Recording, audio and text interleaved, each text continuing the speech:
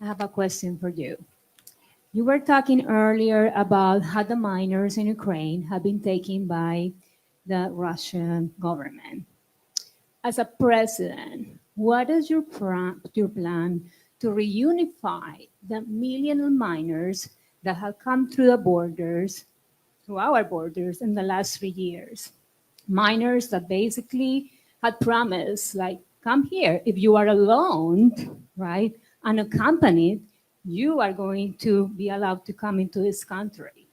Now, many of these minors are victims of human trafficking and child labor exploitation. I'm pretty sure you have seen the press releases from the US Department of Labor, how the child labor violations have increased in our country. What is your plan with this crisis? Sure. First thing is, you're absolutely right, both on the labor violations and on human trafficking.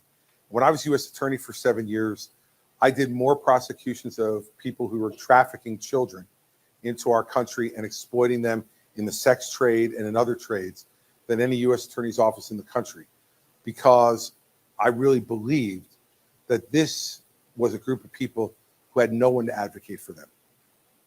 And that if our legal system didn't stand up for them, regardless of where they came from and how they got here, then we were not the country that we believe we are. And I would take the same approach as president. I'd do three things. First is to instruct every U.S. attorney across the country to aggressively prosecute labor violations and human trafficking violations, to make sure that people who are human trafficking folks, kids, go to jail, and the folks who have the labor violations pay enough that it don't make any sense to exploit child labor any longer, because it'll cost you money, not make you money. Secondly, our border needs to be secured in a way that makes sense. So on the first day, I would sign an executive order to send National Guard to the border with this goal: interdict fentanyl. Then we need to get everybody together in Washington to say, this immigration system is broken. Families are being broken apart. There are 8 million unfilled jobs in this country that Americans either won't do or can't do. And our economy will not grow unless we get people to fill those jobs. Ronald Reagan, who's my role model, he addressed immigration when he was president by getting together both sides and forcing both sides to compromise.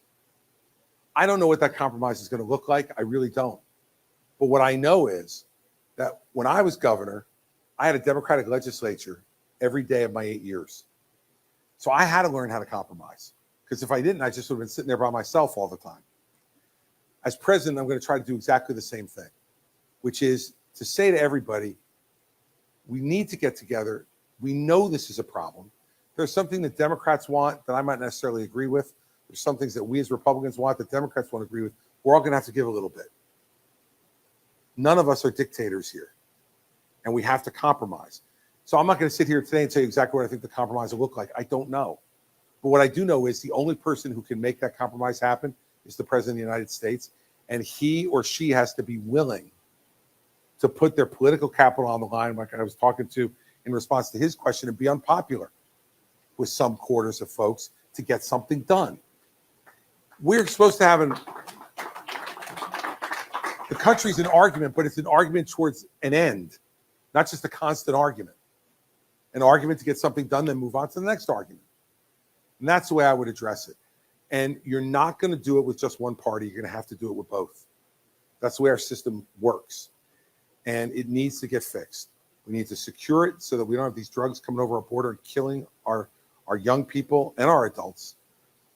We've got to make sure that we fill these 8 million empty jobs in this country to grow our economy. We've got to make sure that people don't come here and are sexually exploited and their labor is exploited, because that's not the kind of country we are. It's the kind of people we are.